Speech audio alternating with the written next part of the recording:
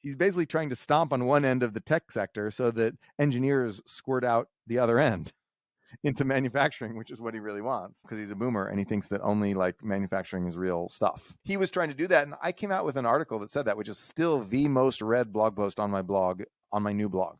It was called "Why is China Smashing Its Tech Industry?" And a number of China analysts raged at me over this article and said, "You don't know what you're talking about. You're not a China analyst. You're full of crap."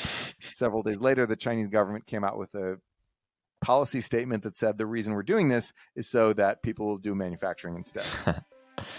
And I said, how about now?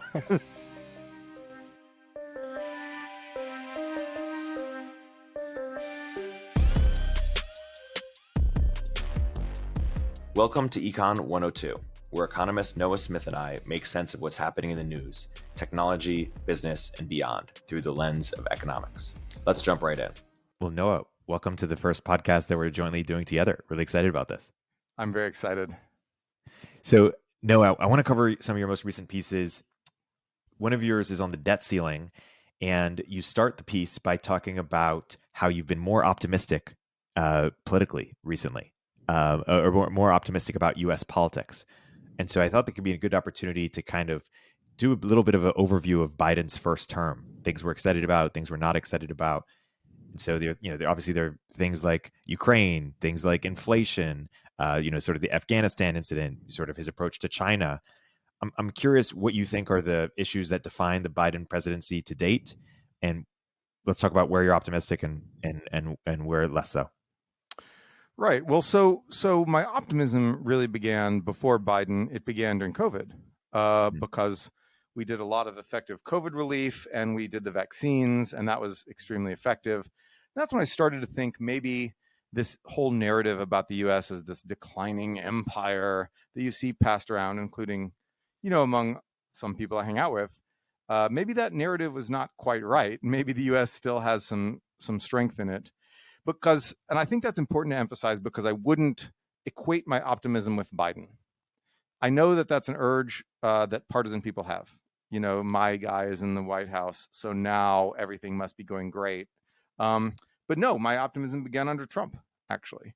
But, that said, it did not, like, Biden's term in office so far has mostly made me think that my optimism was not just a fluke, and it wasn't just stuff that we did under the duress of COVID, and that there really may be glimmers of a more effective bipartisan approach going forward.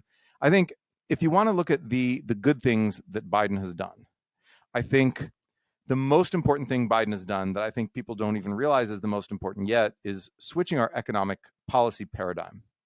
And we'd had kind of this policy paradigm inherited from the Reagan years and the Clinton years, that I think was very shop-worn, and it was starting to really show a lot of weaknesses. And I can go into that later, but I think Biden was the first president, so Trump came along and said, we're going to change everything, but then in terms of economics, but didn't really change a lot. Tariffs didn't do a lot. His urging of companies to build factories in America didn't really accomplish much. But then Biden took some of those basic ideas and added a lot of ideas, and added a bunch of, politically progressive stuff too. He put his progressive spin on it. But basically, Biden took the kind of ideas that Trump was spouting and started to operationalize them into reality. And we see that with the CHIPS Act, which is the first big industrial policy act we've done in a very long time. We've seen this with infrastructure bill, also the so-called Inflation Reduction Act, which is really just another industrial policy act about building green energy. CHIPS is about semiconductors, and so you've seen those bills, and those together constitute sort of a shift toward industrial policy as the new economic thing that the United States does. And that makes me optimistic, because I've been thinking we need that kind of shift for a long time, but also because it appears to be bipartisan. And the CHIPS Act was a bipartisan bill.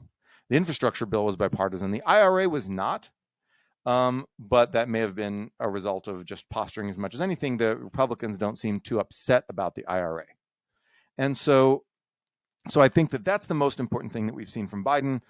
I think the second most important thing is on foreign policy. We've seen Biden take a very strong stand against both China and Russia. And that was something, Trump had a lot of rhetoric against China, but ultimately was fairly conciliatory on things like export controls. He reversed himself on export controls and made a lot of noise, but didn't do much. And so Biden has really brought down the hammer in terms of substance. The export controls that Biden has done on China are just, and absolutely, there's something I thought we would only do in the event of a war, right? I'm astonished that he did this bold of a thing, and it really goes with the whole industrial policy. It dovetails with the rest of his agenda. So he's been very tough, and he's made a much bolder commitment to defend Taiwan. On Russia, of course, he's supported Ukraine, which Trump was sort of opposed to doing that. So I think that in terms of standing up to these other powers, these other great powers in the world, and in terms of industrial policy, I would say Biden has been a more transformative president than I expected, and it has not appeared to piss off the Republicans. Obama got a lot of stuff done. Obamacare was a big deal. The stimulus was a big deal, but it pissed off the Republicans that, repeal and replace Obamacare became this rallying cry for Republicans for years. I don't hear anyone saying repeal and replace the Inflation Reduction Act. I just don't hear it. And, or the CHIPS Act, or something like that. And so I think with the one exception of some Republicans, one faction of Republicans who wants to withdraw support from Ukraine, I think that Biden has managed to do these transformative things in a way that so far has not halted the slow creep of bipartisanship back into our politics, and that is very encouraging. So there's where I'm optimistic. I also thought getting out of Afghanistan, although it was very bad optics, was a good thing. Having a forever war for no point. We can't keep our army in Afghanistan forever as babysitters. Afghanistan has to eventually decide whether or not it wants to modernize. In terms of negative things, I think the cost for Biden being this transformative was that he had to put a progressive spin on a lot of this, and that includes it includes supports for unions, it includes support for minority-owned businesses, it includes it even included some explicit instances of racial discrimination that the court smacked down. But it includes all sort of progressive causes that get woven into these policies. And a lot of times I think it can just get too much, because I think progressives are still wedded to the approach that they developed from the 1970s and 1980s, which was a very obstructionist approach. Because in the 1970s and 1980s, when conservatives were really, in the ascendant, politically, I think that progressives, who then called themselves liberals, I'm that old, used to block things. They would block development because they were afraid it would, steamroll and disrupt minority communities, especially Black communities. They would block, or the environment. They would block industry because they were worried that it would just destroy the environment in various ways. Instead of forcing industry to sort of clean itself up and manufacture in a more green fashion, as say Germany or Japan did, they would just block it, use NEPA or some regulations to block it. And I think that approach has become woven into the progressive sort of package that the Biden administration has embraced. And Ezra Klein famously called this the everything bagel of politics. And of course, in response to him complaining about the everything bagel, you saw a number of people closely affiliated with the Biden administration tweeting out pictures of everything bagels. And so it's a problem, because the lawyers who are very used to litigating NEPA stuff and who, want sort of instinctively want to preserve the courts as the place where this is all adjudicated and are very close with progressives, have convinced a lot of these industrial policy people on the left that you need to do industrial policy while also preserving our very lawsuit-centric, court-centric, sort of method of regulating development. And I just think that in particular is really not going to work. And Biden administration has not really challenged that yet.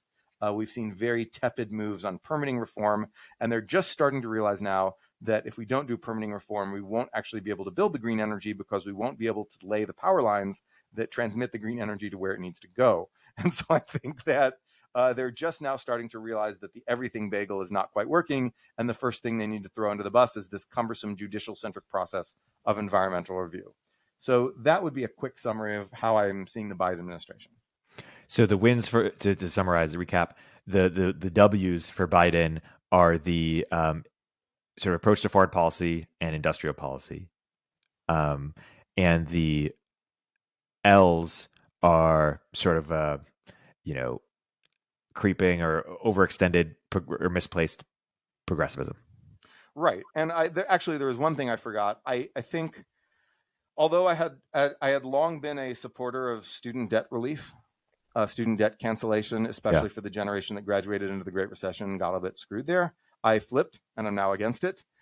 First, because of inflation, because it is inflationary, and second, just because it's not, it's targeted toward the upper middle class, really, and it's just not a priority.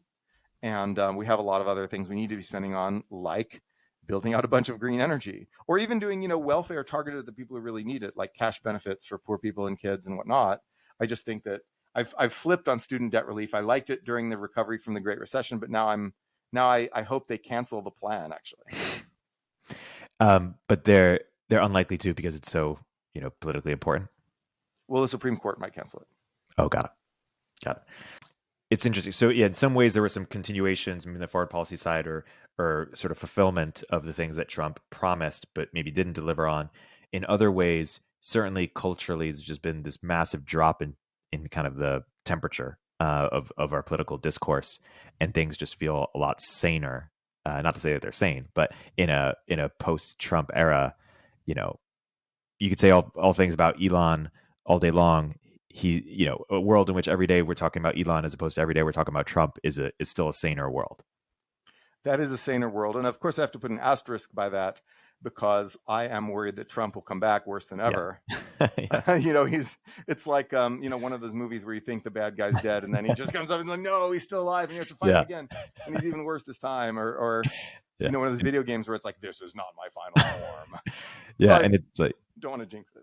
Totally. And it's one of those things where he could die next year. He could die in like 20 years. Like we don't know how much longer he'll be in politics. Same with Biden too, of course. But what do you think are really the chances, like, of Trump returning, or how do you even evaluate like what needs to play out over the next year that will help determine either way where Trump has a chance? How are you looking at that?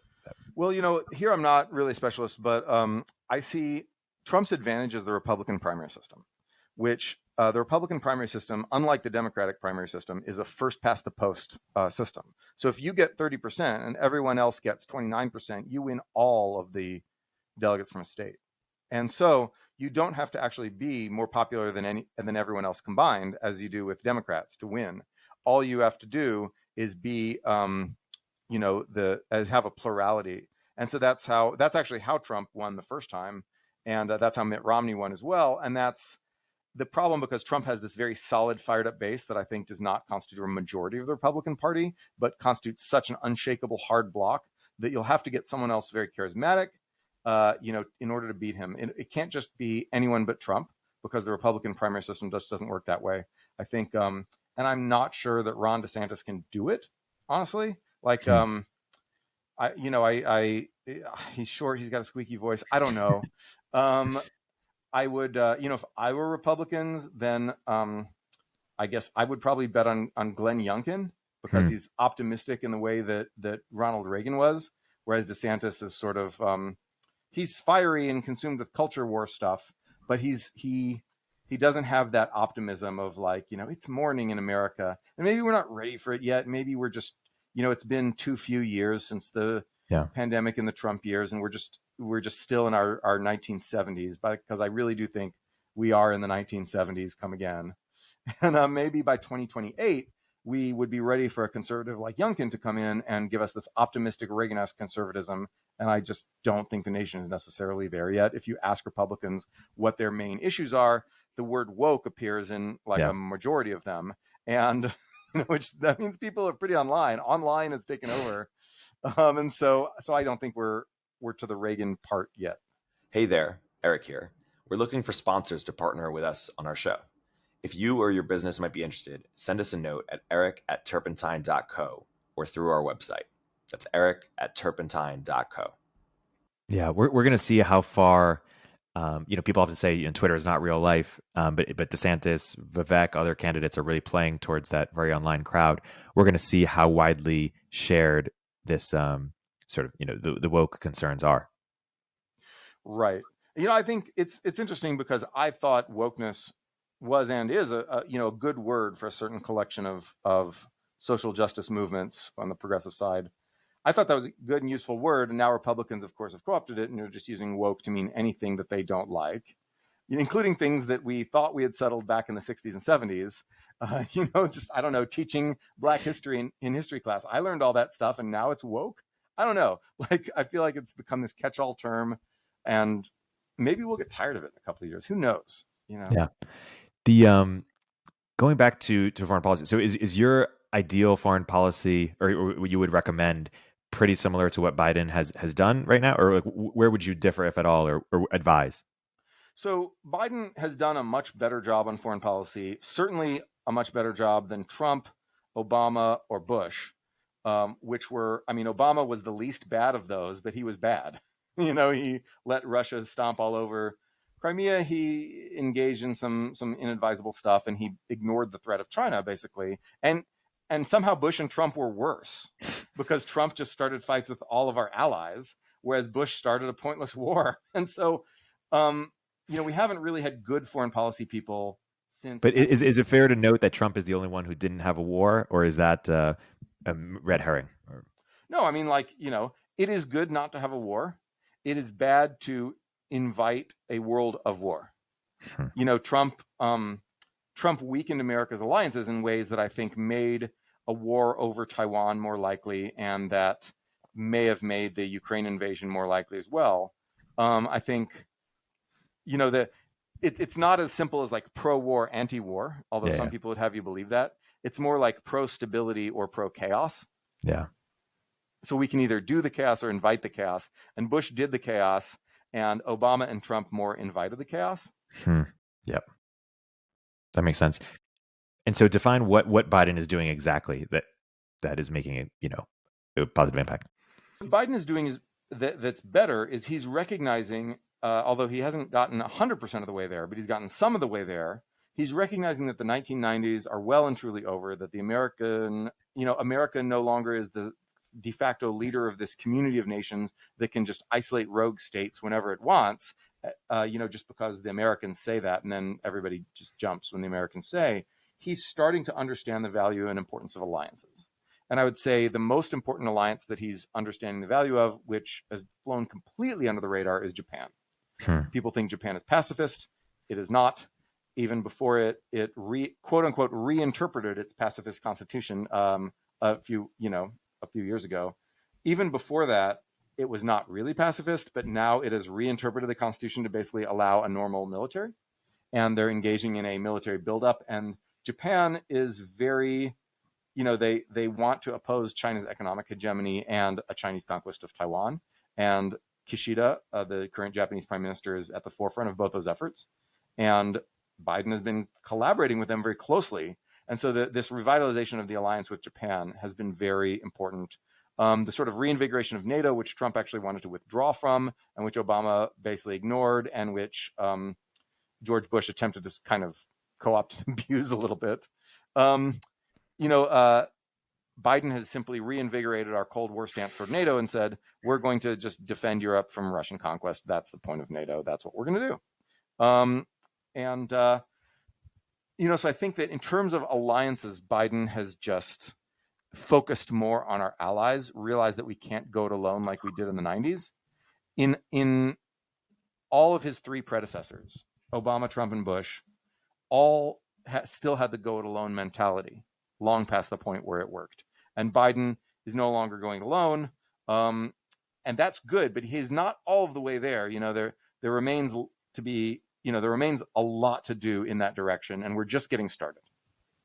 Yeah. I want to transition to, actually, going forward, whether Biden or Trump or whoever wins next, like, what do you expect to be the main concerns of foreign policy of the next cycle, like looking forward? Well, it's China.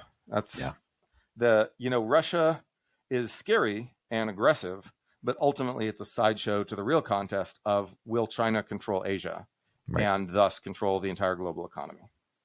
And that's really the question that is going on now. The United States is in a disadvantageous position relative to China in many ways. We're not in Asia directly. Our territory is not there. We're much smaller than China. We are used to being bigger than our opponents, or at least the same size as with the Soviet Union. We are not used to being 1/4 the size of an opponent.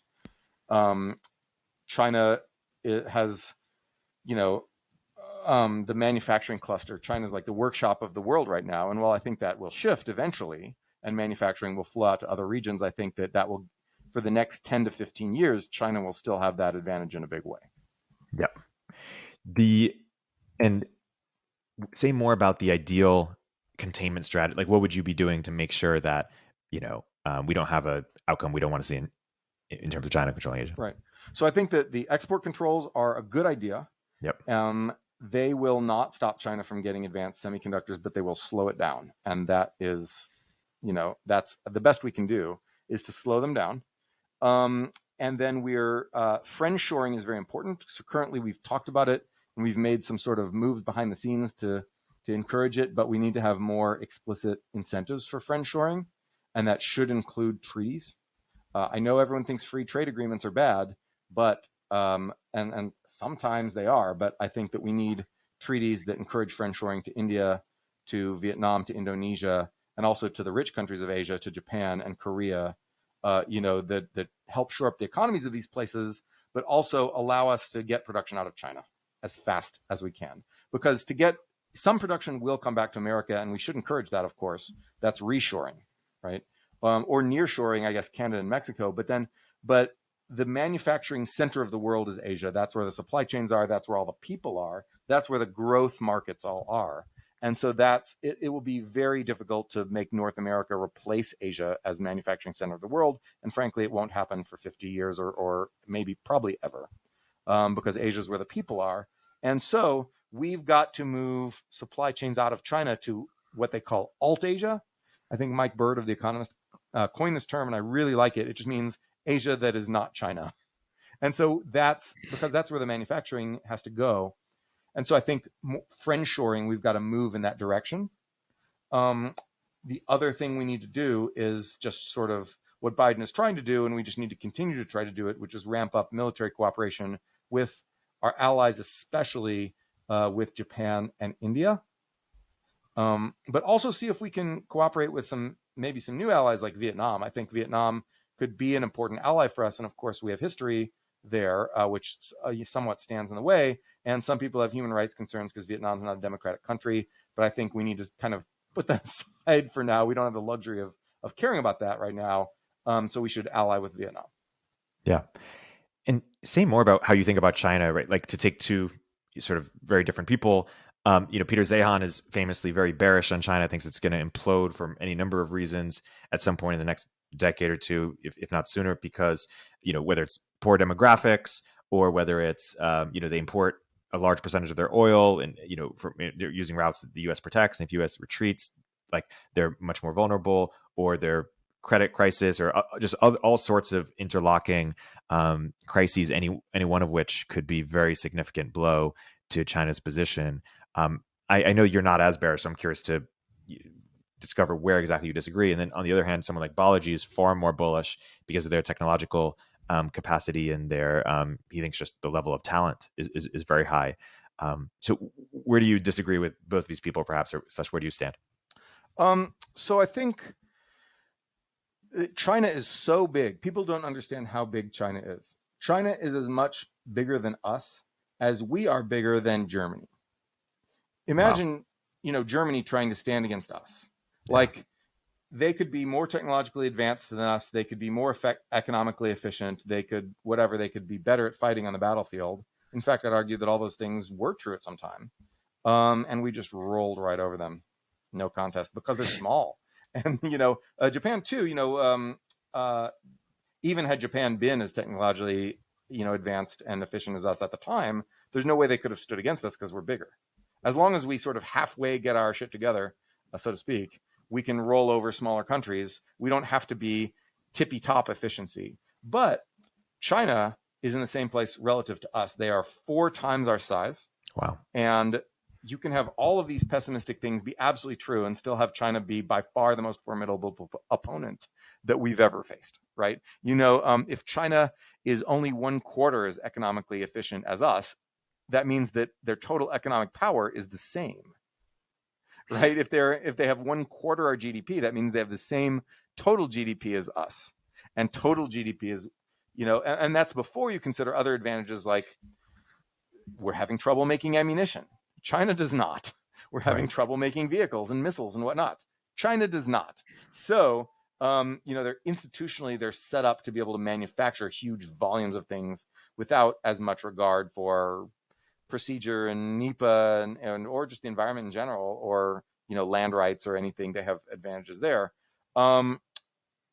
So I think Zehan is directionally correct, which is a word that people in the VC space use when they mean he's got a point, but he's exaggerating massively, which is to say that China's not going to collapse from these things. Maybe a collapse would require political infighting, people overthrowing Xi Jinping or whoever is in power.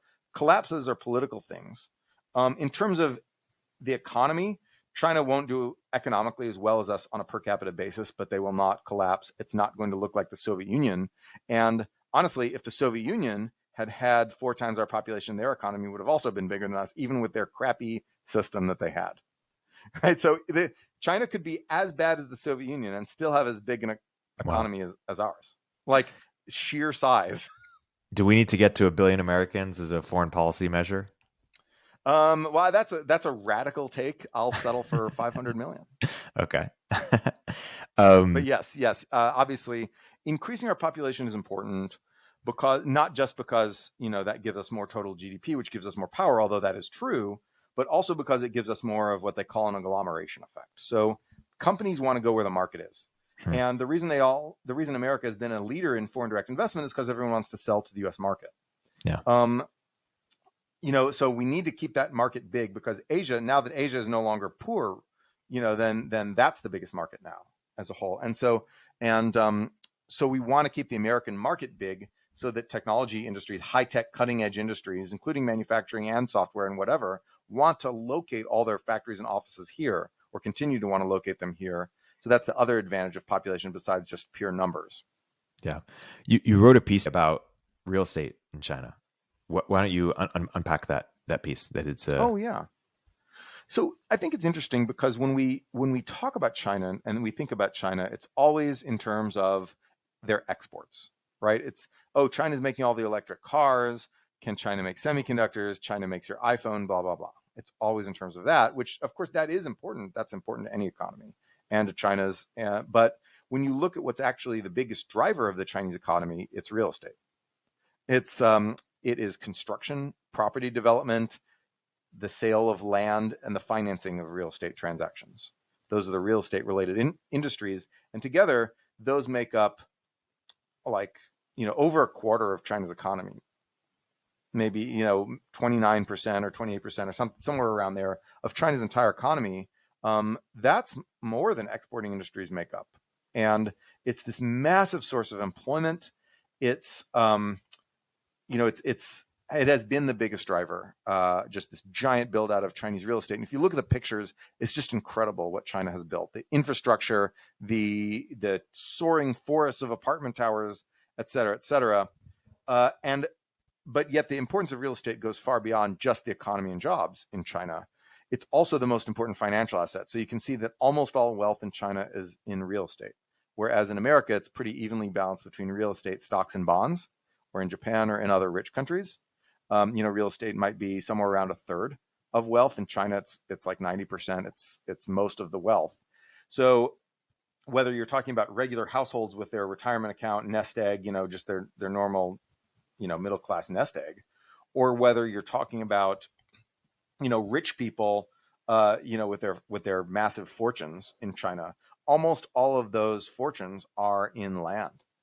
And almost all of those nest eggs are in land. And when you have, but if you look at the prices people are paying, it's pretty insane. the prices they've been paying for this land because they're using it as an investment property, investment vehicle, a speculative vehicle, instead of like a place to really live or a place that you really need to put an office, but especially residential. So China has reached developed country levels of floor space per person. Chinese people have plenty of place to live, and there's all these people who own second homes, third homes, whatnot, or just big commercial properties or plots of land or a building or whatever, and that's their fortune. And yet, a lot of it's not going to be used. A lot of it is waste. And if you look at Michael Pettis, the economist, he's written a lot about how a lot of this investment that China has done, especially over the last 15 years, has been pretty wasteful.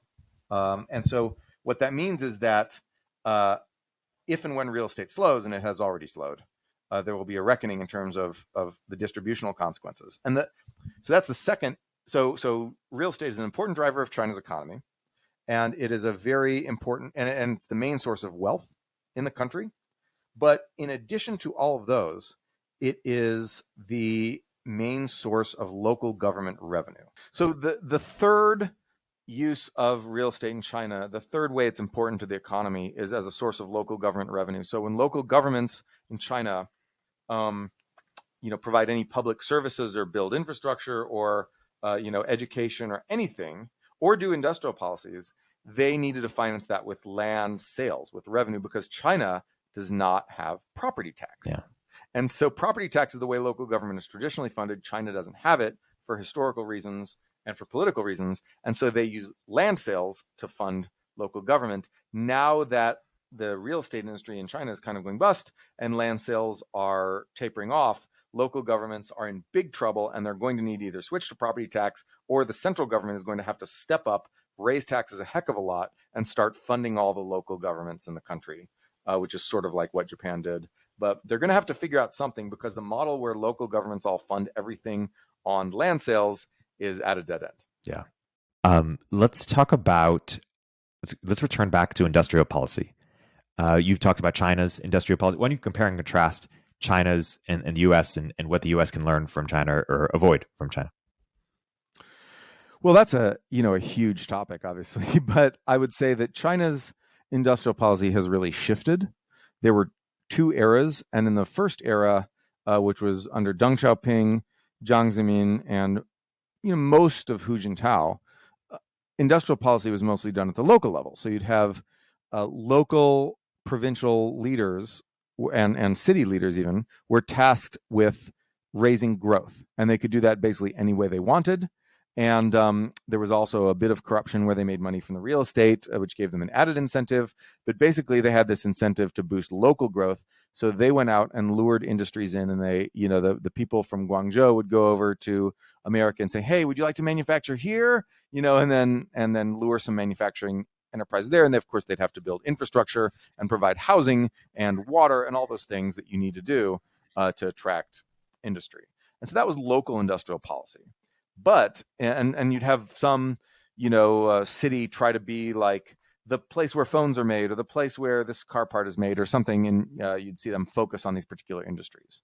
Now, starting under Hu Jintao sort of drew up some plans to change this to a more nationally focused industrial policy, but then Xi Jinping really did those plans and made much more plans, starting with the Made in China 2025 initiative, which largely failed.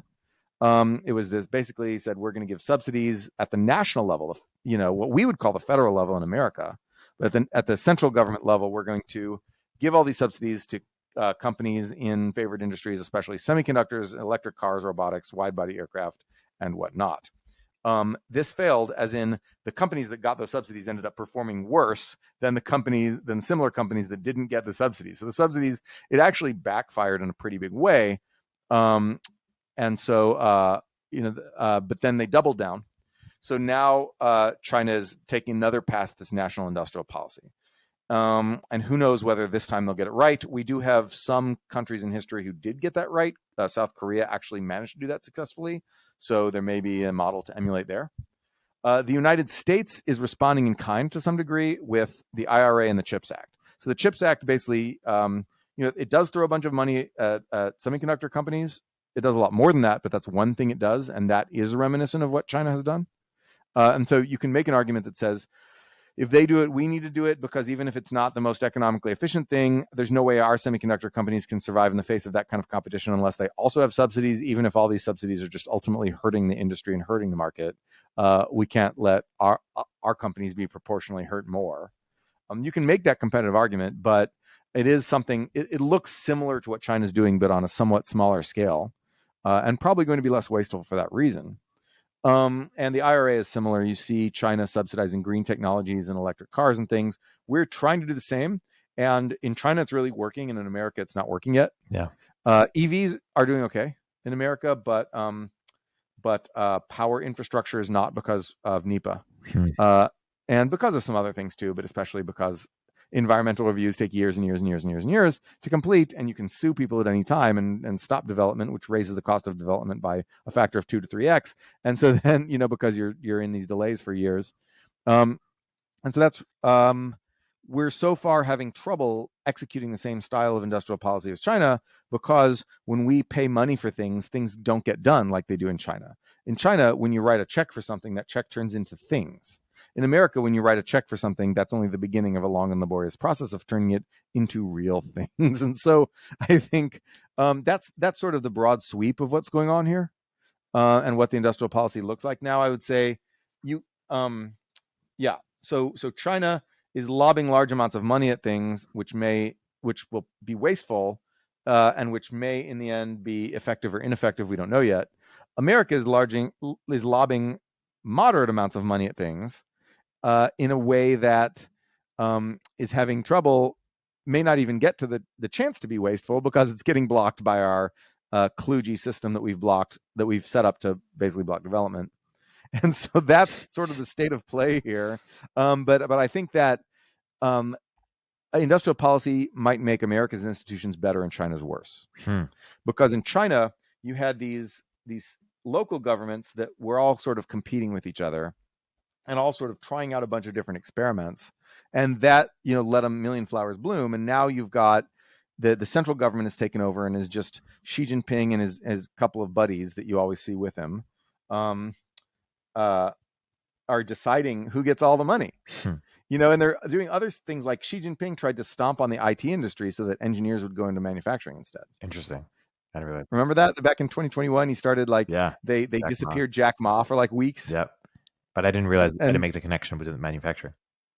Oh yeah. So actually, this was kind of my big win in terms of China forecasting. I can tell you the story. So basically, Xi Jinping started cracking down on tech companies, and at first it was like, oh, it's just Jack Ma, because they thought he was criticizing the government. But even the tech leaders like Pony Ma of Tencent, or all the whoever the Didi guys are, they just suck up to the government all day. They're just complete government creatures, and their companies got cracked down on too. So I thought, okay, what's going on? I thought back to something that my friend Dan Wang had told me, my favorite China analyst. He had said that China's leaders don't consider IT to be real innovation. They consider it window dressing and commercial, sort of like entertainment bullshit. And they don't consider IT to be real innovation. And so I said, okay, well, so what's going on here is that she is trying to stomp on the IT sector, so that, like stomping on the one end of a tube of toothpaste squirts out the other end. He's basically trying to stomp on one end of the tech sector so that engineers squirt out the other end into manufacturing, which is what he really wants, because he's a boomer and he thinks that only like manufacturing is real stuff. He was trying to do that, and I came out with an article that said that, which is still the most read blog post on my blog, on my new blog. It was called "Why is China Smashing Its Tech Industry?" And a number of China analysts raged at me over this article and said, you don't know what you're talking about. You're not a China analyst. You're full of crap. Several days later, the Chinese government came out with a policy statement that said the reason we're doing this is so that people will do manufacturing instead. And I said, how about now? So that was a win for me, because I could, I may not know all the details of China's decision making and what policy apparatus, but I do know a boomer when I see one. And Xi Jinping is a boomer.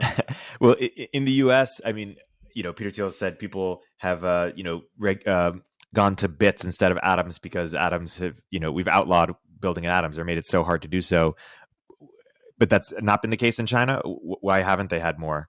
Is it just lower status or less interesting to a new generation? Or why do you think that was the case, that not enough people were in manufacturing, but they don't have the same challenges that we do?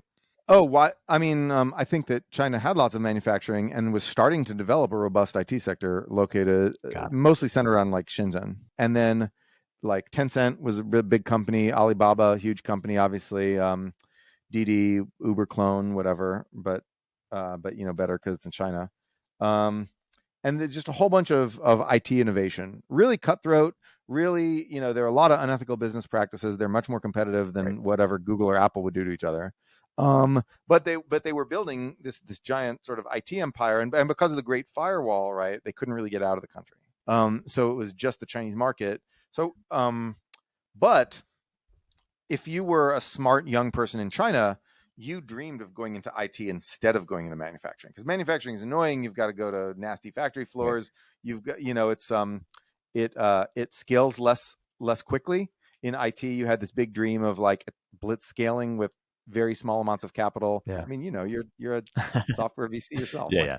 So that dream, China had that dream too, and Xi Jinping said, "No, hold up, no, our smart people can't be chasing the dream of winner take all markets in software.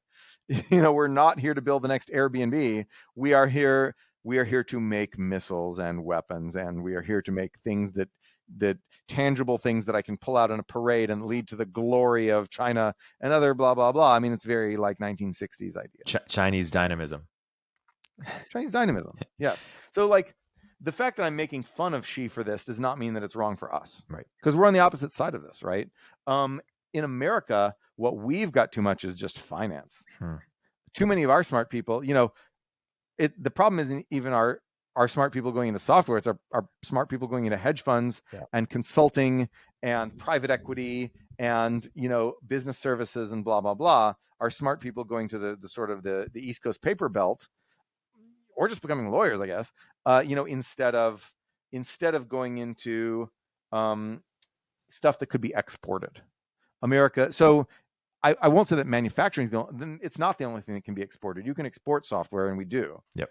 You can export many kinds of services, and we do. But we have such a big economy that a lot of people just focus on doing things where they sell things to other Americans, right? If you're like a Harvard grad on the East Coast, you could try to make a company that makes chips that are better than whatever Taiwan is making right now. You could do that, right? Or you could go into consulting or go into private equity or whatever, and you can make a bunch of money just selling American stuff to Americans. Yeah.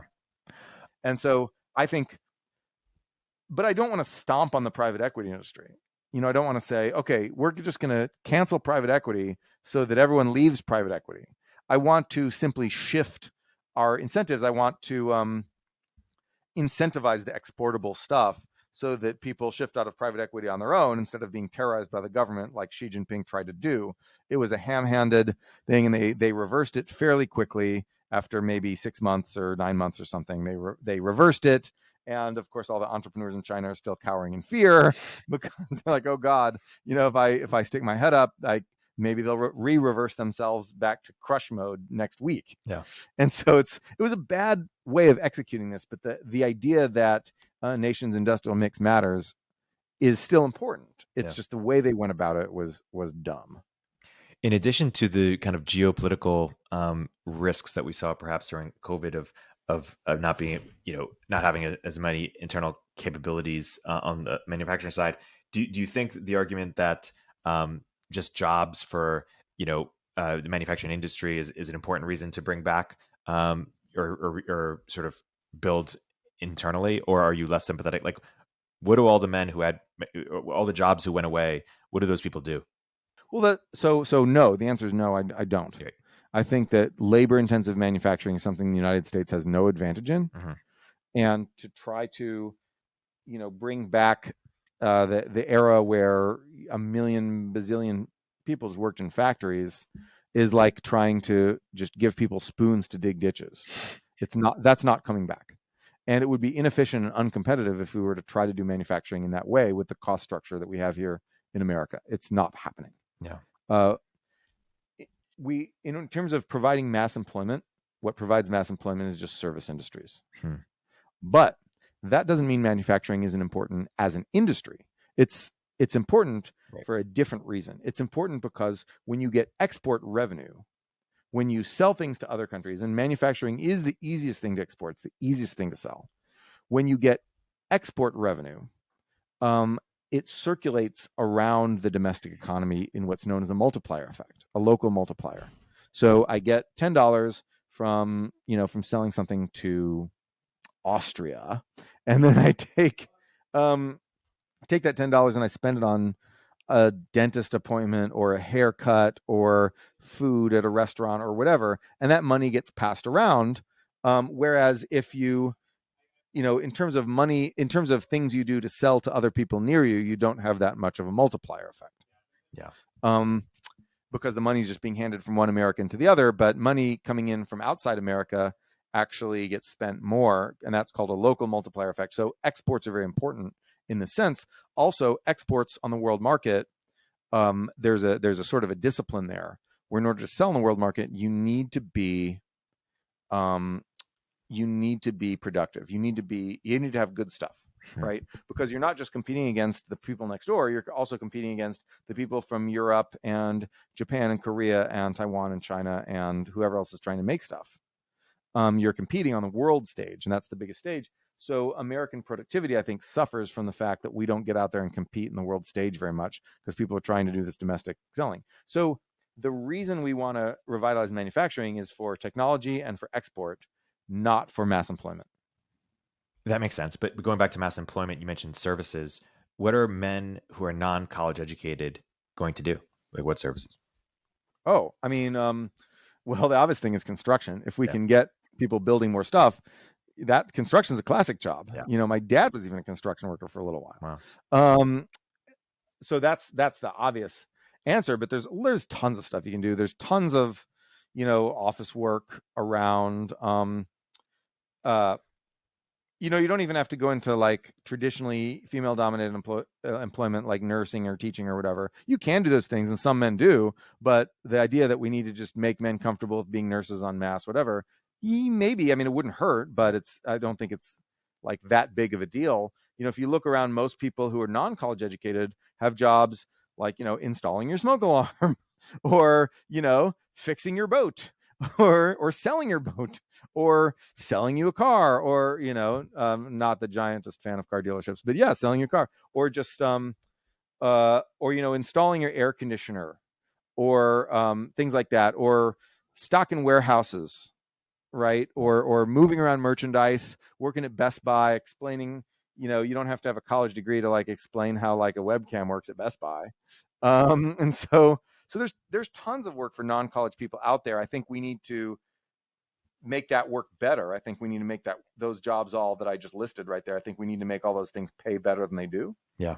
And so, I'm not going to ingratiate myself to a lot of people in the business world by saying that I'm pro-union for those industries. For those local industries, I'm pro-union. Whereas for export industries or government industries, I'm not as pro-union. But I really do think there's a lot of jobs out there, and I'm not, driving a truck. So people thought, oh, AI trucks, that's going to happen. My friend with the AI truck company, it unfortunately collapsed, and didn't work. And then, but it was, one of his competitors, I think, was a complete fraud. And so the AI, automated truck companies didn't work. And now everyone wants to hire truckers, and they're just like massive job employment for like opportunities for truckers. Yeah. Did you really think in 2014, did you really think that in 2023, we'd be sitting here talking about a shortage of human truckers? No. And on the converse, it seemed like the people, they said the fields that were safe were caring and creative fields. And yet it's the writers who are striking. We would have imagined the truckers striking, not the writers and therapists. Your creative field is safe. Here comes ChatGPT. I don't know. So like, we don't really, it just shows the sort of the hubris of trying to predict what the occupations of the future will be. And I'm going to write about this soon. You'll have many interesting posts like this to interview me about for this podcast in the future. Econ 102 is a podcast from Turpentine, the network behind Moment of Zen, In the Arena, The Cognitive Revolution, and more. If you like what you hear, subscribe and leave us a review in the App Store. You can keep up with both of our Substacks for written analysis of the topics we cover in the show at noahopinion.substack.com and eriktorenberg.substack.com. Thanks for listening.